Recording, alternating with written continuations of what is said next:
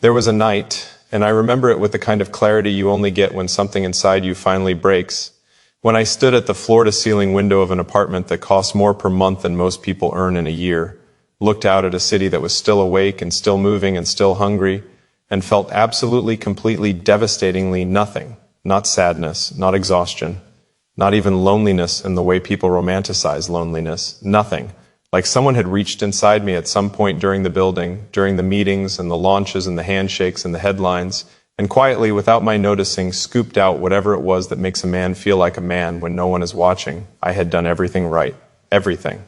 I had followed the architecture of success that the world handed me when I was young, and I had executed it with a precision that terrified even me sometimes.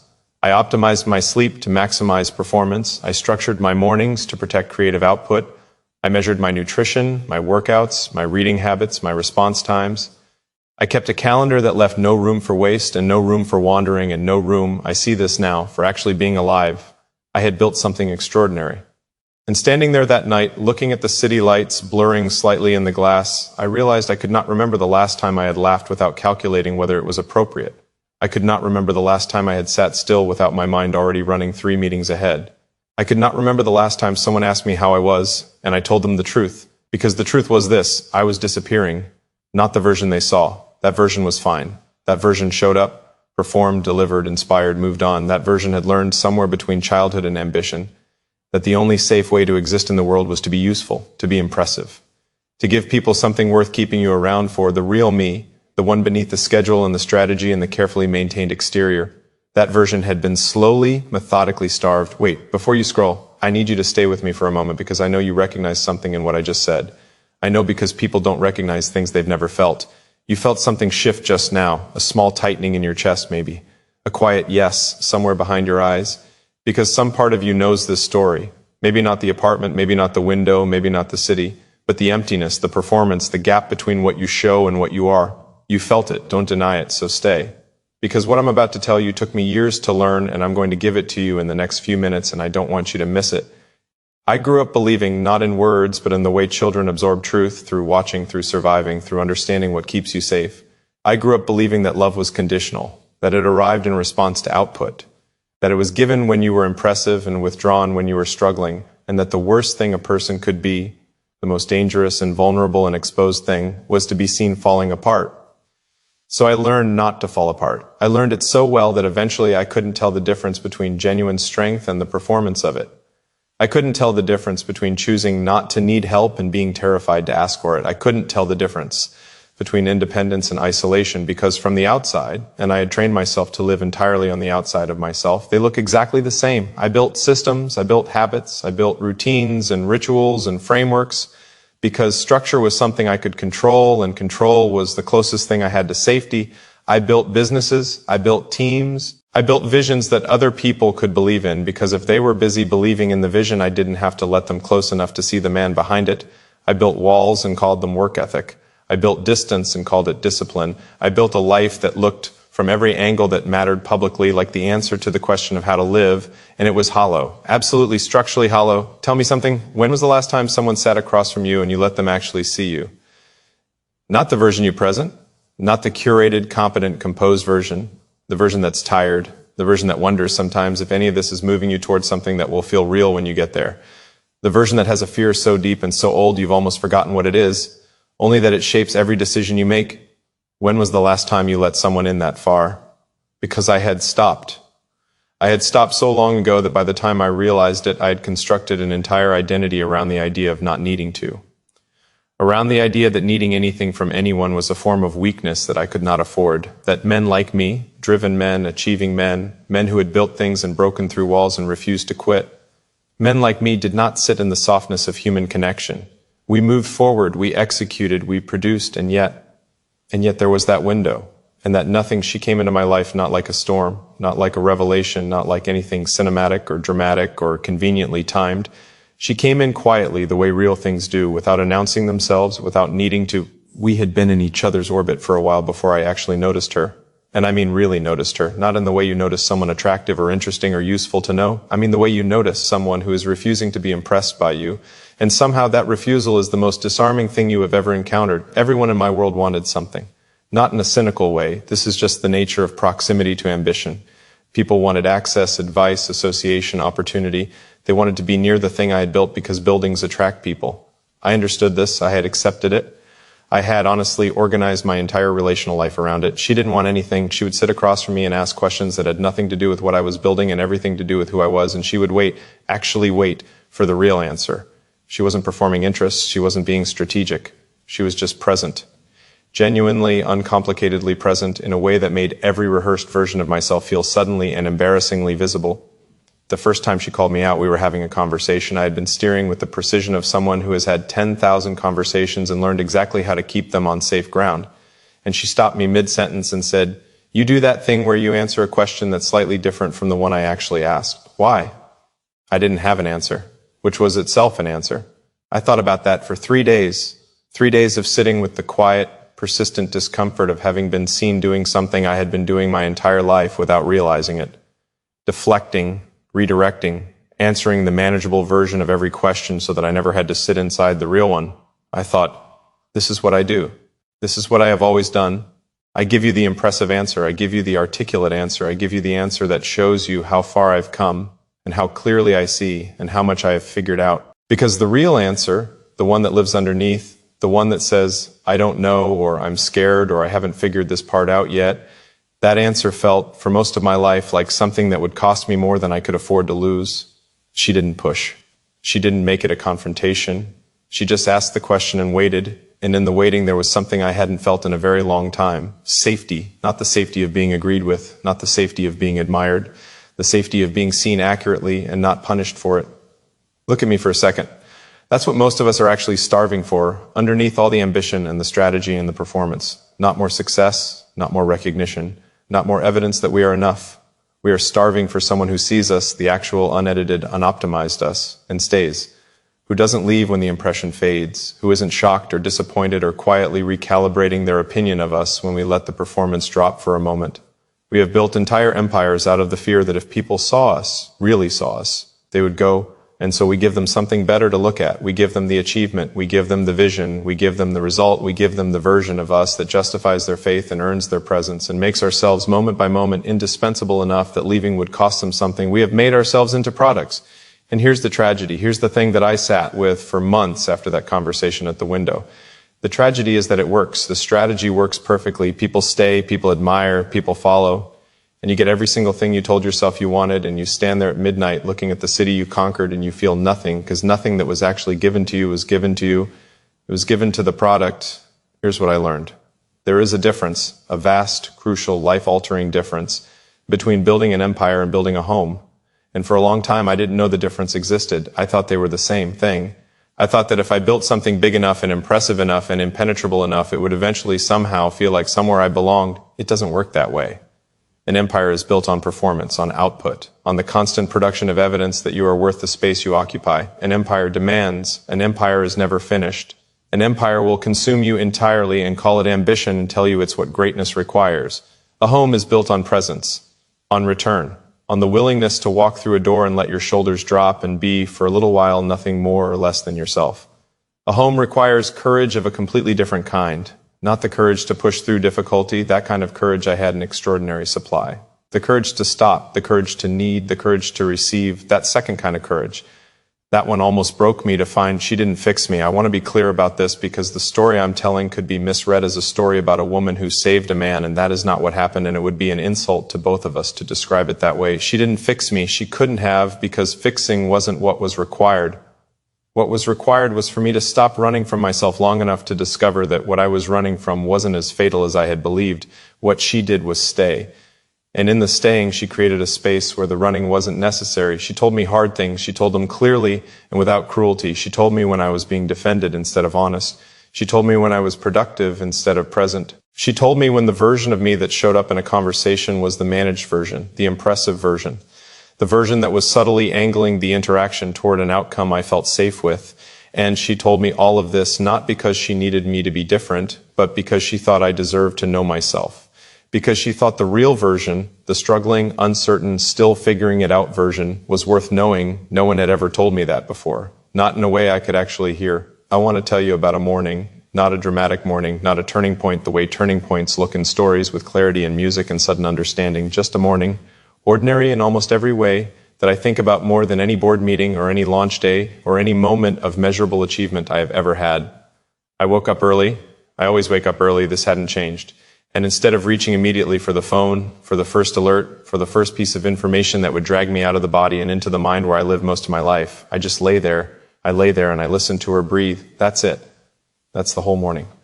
She was asleep and I was awake, and I lay there in the quiet and I listened to her breathe. And something in me, something that had been wound to a tension I hadn't noticed anymore because it had been wound that way for so long, something in me slowly began to release. And I thought, this is real. This specific moment, this unremarkable, unmeasurable, unphotographable morning, this is real. This is what actual life feels like from the inside, not from the window. I had been so busy building what life looks like from the outside that I had forgotten to inhabit it. Don't deny it. You know this pattern. You've lived some version of it. The phone that goes to the nightstand, but not really, because you check it once more before closing your eyes and once more before your feet hit the floor. The conversation you're half inside because half of you is already in the next task. The meal you ate without tasting because eating was a maintenance task and you had already moved ahead to what came after. The way you say fine every single time someone asks how you are, even on the days when fine is the most spectacular lie you have ever told. The way you have optimized your exterior to such a degree that sometimes you catch your own reflection and feel a brief, startling unfamiliarity, like you built something good and you can't quite remember where you put yourself in the process. We do this. All of us who learned early that performance was protection. All of us who decided at some age we can no longer precisely name that the safest version of ourselves was the capable version, the together version, the version that does not require anything from anyone. We do this, and we call it strength, and we wear it like armor, and we don't notice the weight until something cracks, until a night at a window, until a question we can't answer in the way we usually answer questions, until a morning when we lie still long enough to realize we have been moving so fast for so long that we can no longer tell the difference between progress and escape. Here's what I learned about rebuilding. It doesn't happen in a moment. This is the thing that the stories get wrong. The stories about transformation, about men who hit bottom and rise, about everything changing when the realization comes. The realization comes, yes, but the rebuilding is not a moment. The rebuilding is 10,000 small moments after the moment, each one a choice, each one a brick of a different kind than the ones you used to build the empire. I started small, deliberately, uncomfortably small. I started telling the truth when people asked how I was. Not the full truth, not immediately, not to everyone, but more truth than before. Enough truth to feel the exposure of it. Enough truth to discover that the exposure didn't kill me. I started sitting in conversations without steering them, without the subtle navigation towards safe ground, without the managed answers. I practiced, and it felt like practice, awkward and effortful and occasionally humiliating. I practiced letting a conversation go somewhere I hadn't planned. I started asking for help. This one required the most. This one required me to dismantle brick by brick the belief that needing help was evidence of inadequacy. I started small, admitting when I didn't know something, saying I'm struggling with this instead of I've been working through this, reaching out not with information or opportunity to offer, but just to say I needed to talk. I started being present, actually present, which turns out to be the most effortful thing I have ever done, more effortful than any professional challenge I have faced, because my mind is fast and restless and designed by decades of cultivation for the next thing, and retraining it toward the current thing, toward this conversation, this meal, this morning, this breath, felt like holding water in cupped hands. But I kept doing it. Every day I kept doing it. She noticed. Of course she noticed. She had always noticed everything. That was partly what had made her so disarming. She noticed, and she didn't make a production of it. She didn't catalog my improvements or offer praise the way you praise performance, because she understood intuitively, in the way some people understand the things that take others years to articulate, that what I was doing wasn't for her, and that if it became about her approval, I would start performing it. And performance is where I go when I'm not sure I'm enough. She just stayed. She showed up. She asked the real questions and waited for the real answers, and on the days I couldn't find the real answer, she sat with me in the not knowing without trying to resolve it into something more manageable. She taught me, without ever saying it as a lesson, that presence is not passive. That choosing to stay in a moment, to inhabit a conversation fully, to sit inside a feeling instead of immediately solving it, to be here rather than already there, takes more strength than anything I had previously called strength. I had spent my life confusing motion for meaning, confusing output for presence, confusing the building of things with the living of them. Here's what I learned about the collapse, and this took me the longest. This is the thing I want to say most carefully because I think it's the thing most people miss, the thing that would have changed everything for me earlier if I'd had the capacity to hear it. The collapse was not the failure. The collapse was the mercy, the emptiness at that window, the nothing, the crack in the architecture of a life built entirely on performance. That was not the end. That was not evidence that I had built wrong or lived wrong or was fundamentally, irreparably broken. That was an invitation. The emptiness was not punishment. It was spaciousness. It was the space that appears when you've been filling every corner of yourself with productivity and identity and the constant noise of becoming, and something finally, temporarily runs out. And in the running out, in the terrifying nothing of it, there is finally room for something quieter, something realer, something that was always there beneath the building, beneath the strategy, beneath the version you present to the world, waiting with extraordinary patience for you to stop and notice it. The collapse is not the end of the story. The collapse is where the actual story begins, because everything I had built before the collapse, I had built for other people, for their approval, their admiration, their continued presence in my life. I had built to earn what I believed love required earning. I had built to prove what I believed safety required proving. Everything I started building after, slowly, imperfectly, with far more doubt and far more help and far less certainty than anything that came before.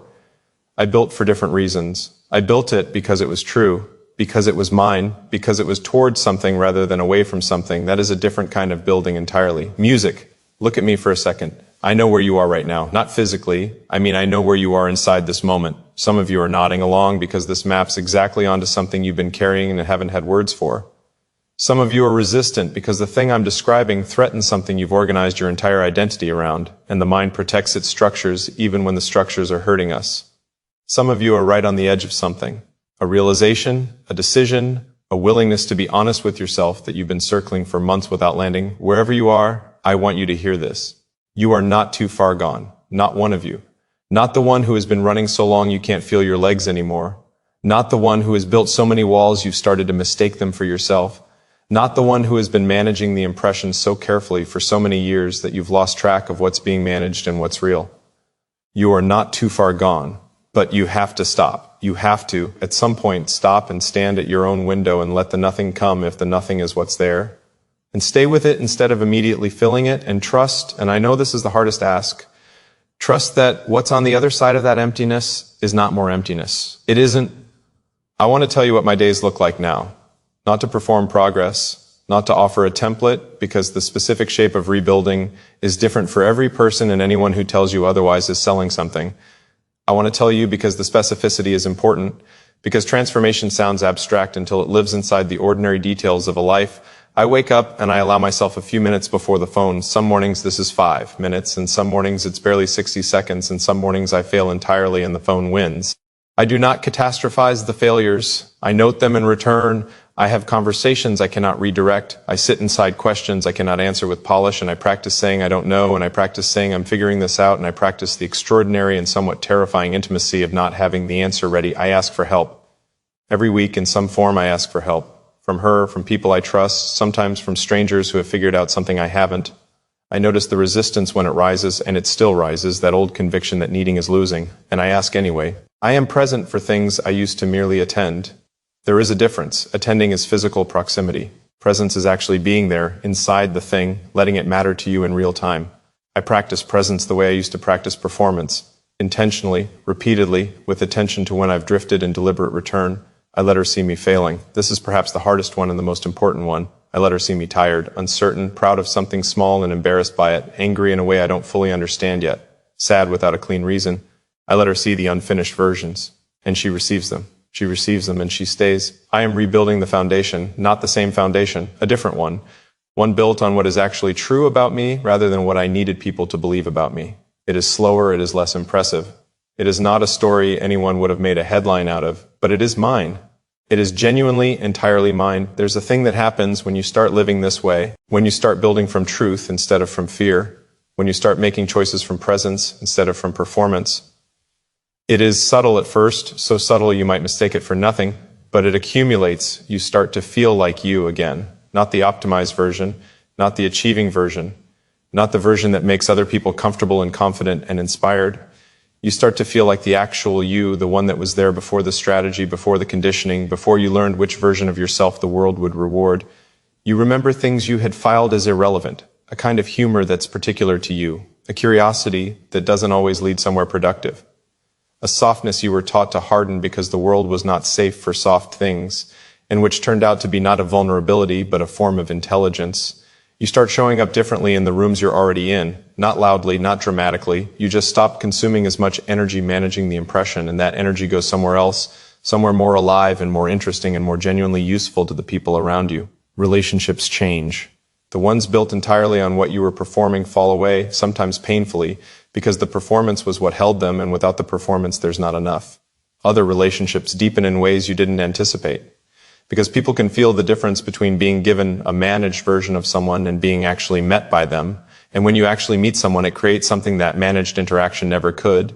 You become, in the truest possible sense, worth knowing, not worth impressing. Worth knowing. Wait, before you move on, I want to say one more thing about her, because she is not incidental to this story. She is not the reward I receive for doing the work. She is not the love story, appendix to a story about a man who transformed himself. She is the one who held the mirror. Not to demand I look, she never demanded anything, but simply by being present enough and honest enough and secure enough in herself that her presence made reflection possible. She was not easy. She was not comfortable, not in the beginning. Comfort was the thing I had arranged my entire life around, and she was the interruption of comfortable arrangements. She told me things I had spent years engineering my life so that no one could tell me. She stayed when I was responding to those things poorly, defensive, distant, retreating into the managed version. And she stayed not to fix the response, but because she was not afraid of the mess I was in the process of being. I want you to understand the rarity of that. The extraordinary, specific rarity of someone who is not afraid of your mess, who does not need you to be further along than you are, who sees where you are and considers it a reasonable place to begin. If you have someone like that in your life, a friend, a partner, a family member, anyone, someone who offers you that kind of presence, that kind of honesty, that kind of patient willingness to stay through the unfinished versions, do not take it for granted. Do not manage them. Do not give them the impressive version and keep them at the distance of your performance. Let them in. It is terrifying and it is worth it, and it is the bravest thing most of us will ever do.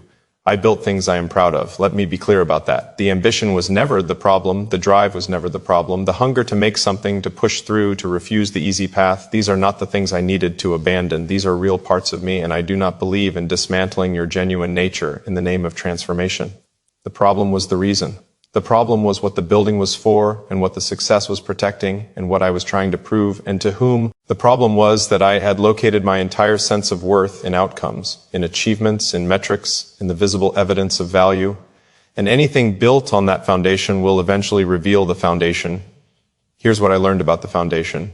Worth is not built. Worth is not earned. Worth is not the conclusion you reach at the end of a long enough track record of impressive enough results. Worth is the premise. It is the starting point, not the destination. It is the thing you begin from, not the thing you arrive at after sufficient performance. I know how that sounds. I know because I spent the better part of my life in a different architecture. One where worth was the unreachable finish line that kept you running faster, working harder, optimizing more completely. I know how unfamiliar it feels to locate worth at the beginning rather than the end. But here's the thing. When you start from worth, when you make a choice or take a risk or show yourself to someone from a place of already being enough, the whole quality of what you build changes. You build differently, you lead differently, you love differently, you rest differently, because rest is no longer the enemy of worth, but one of its expressions. You become someone who can receive what's given to them. And that turns out to be the part that was missing, the receiving, the letting, the trust that the thing coming towards you, the love, the stillness, the ordinary, unremarkable morning, deserves to land.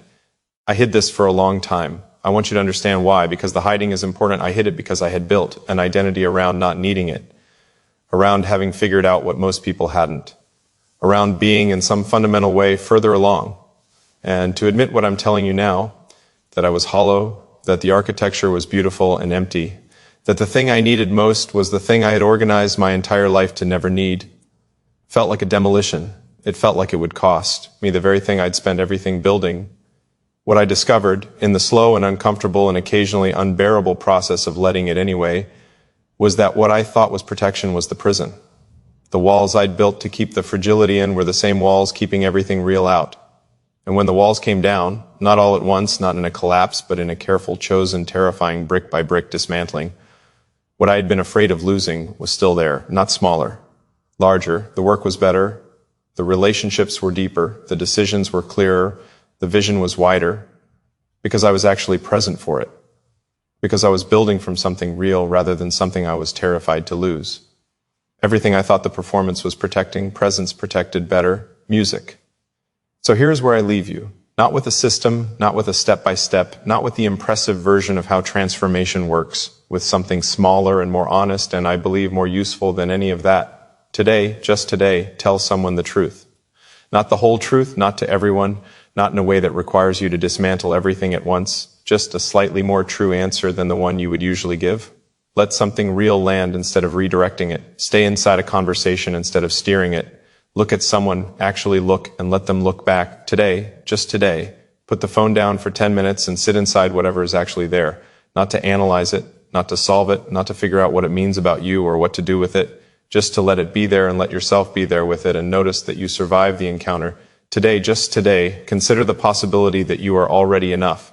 Not after the next achievement, not once you have figured out the thing you haven't figured out yet, not when the version of you that you're constructing is finally complete. Right now, in the middle of the mess, in the unfinished, uncertain, still becoming middle of your actual life, consider it. Just for today. See what it does, because here's the truth I hid, the one that took me years, and a window, and a nothing, and a woman who refused to be impressed, and a morning lying still listening to breath to find. The most extraordinary thing you will ever build is not outside you. It's the courage to come home.